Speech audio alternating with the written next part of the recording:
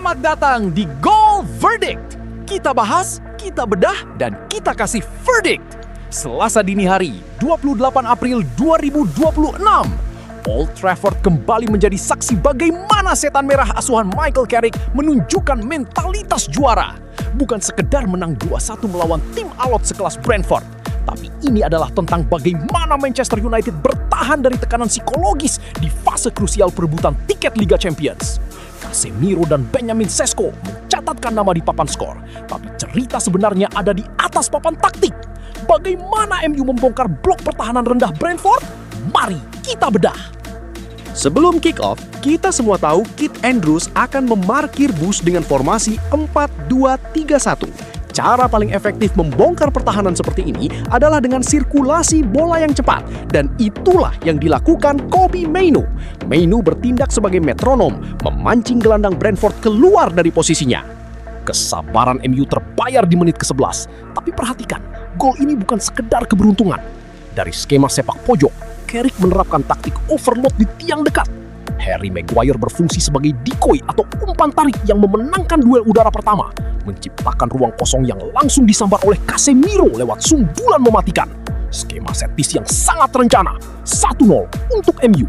Tertinggal, Brentford terpaksa menaikkan garis pertahanan, dan disinilah jebakan Carrick bekerja.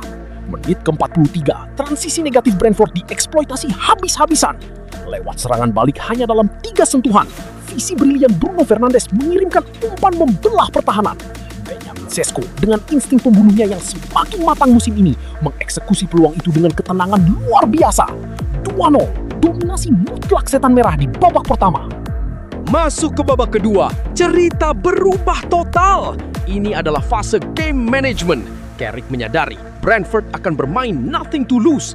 Ia memasukkan Mason Mount dan Leny Yoro untuk menambah tenaga berlari dan stabilitas lini belakang.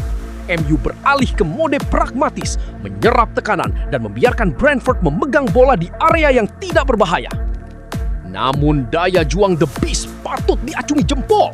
Menit ke-88, kelengahan sepersekian detik di batas kotak penalti MU harus dibayar mahal. Matthias Jensen melepaskan tembakan roket first time yang merobek gawang Senne Lammens. Skor 2-1. Di sisa injury time, atmosfer Old Trafford menegang. Brentford membombardir lewat crossing mematikan. Tapi di momen krusial inilah kematangan Leny Yoro dan kepemimpinan Maguire diuji.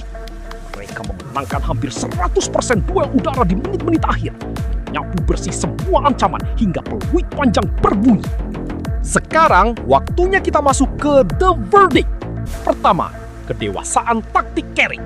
Kemenangan ini membuktikan MU kini bisa menang dengan 2 cara. Mendominasi lewat penguasaan bola di babak pertama dan menderita dengan pertahanan blok rendah di babak kedua. Kedua, man of the match. Kami di Goal Verdict memilih Kobbie Mainoo. Meski tak mencetak gol, kontrolnya di sepertiga tengah lapangan adalah alasan kenapa MU bisa mengatur tempo permainan sesuai keinginan mereka. Dengan hasil ini, MU nyaman di posisi 3 klasemen sementara dengan 61 poin, memberi tekanan luar biasa pada rival-rival di bawahnya. Nah, itu dia verdict dari kami. Gimana menurut kalian? Apakah pertahanan pragmatis MU di akhir babak kedua adalah kelemahan atau justru bukti mentalitas juara? Coba abaikan di kolom komentar. Mari kita bedah bareng-bareng. Terima kasih sudah menonton analisis ini. Jangan lupa like jika kalian suka pembahasan taktik seperti ini. Share ke teman-teman nobar kalian dan pastikan sudah subscribe Goal Verdict supaya gak ketinggalan update sepak bola lainnya. Ciao!